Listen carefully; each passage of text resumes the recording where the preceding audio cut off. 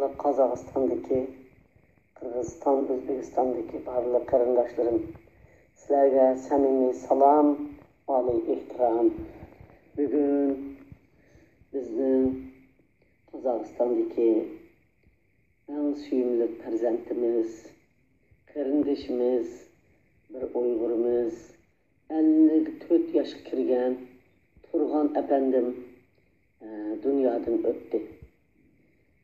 Biz ushbu xabarni anglab, bütün Amerikadagi Uyg'urlar qayg'urdik. Turg'on apandim mening Rabia Qodir onaning Qozog'istondagi ipirayotgan faoliyatlarini davomli yurishtirayotgan bir vakillarning biri edi.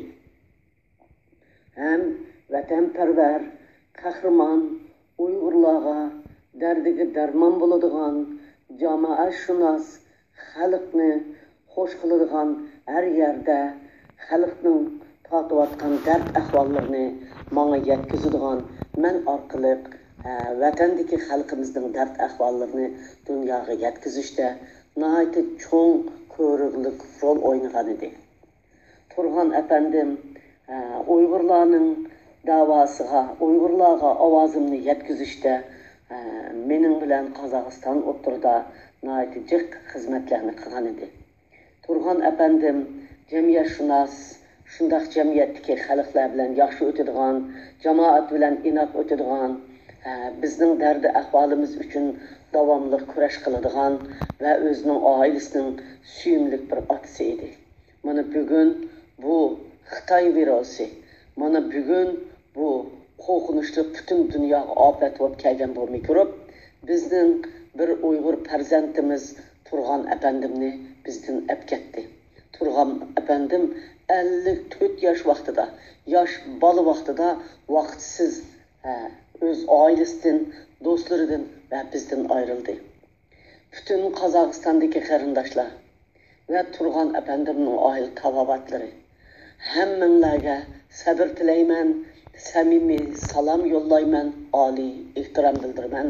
Ham Turg'on apandimning bu vafotiga qayg'uraman, ham Turg'on apandimning oilasidan samimiy hol so'rayman. Allohdan Turg'on apandimning oilasiga sabr tilayman.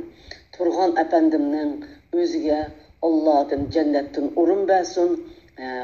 Turg'on apandimning har qanday bu dunyoda o'tkazgan gunohi kabirlar olsun mag'firat qilsin. Alloh u kishining iymonini qabul qilsin. Alloh yotgan yerini jannat qilsin. Bütün Qozog'istondagi qarindoshlar, Qirg'iziston, O'zbekistondagi mayli Uyg'ur, Qozoq, Qirg'iz, O'zbek, Tatar qarindoshlarim, har millat xalqi bo'lib bu Uyg'ur xalqi biz vatanda qirilyapmiz. Vatanda Xitoy bizni bevaqt o'ldiryapti, bizni azoblayapti. Biz sargardon bo'lyapmiz.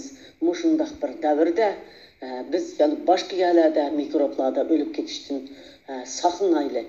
Mana bizning bir yosh bolamizdan ayrilgandek bu kasal bizning xalqimizda bu kasal qilmasin.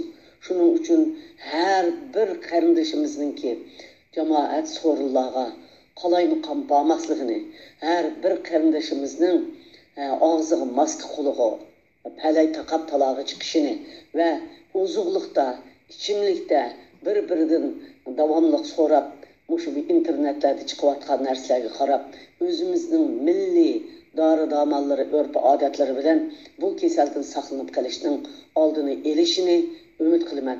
O'zinglarga davomli ehtiyot qilinglar.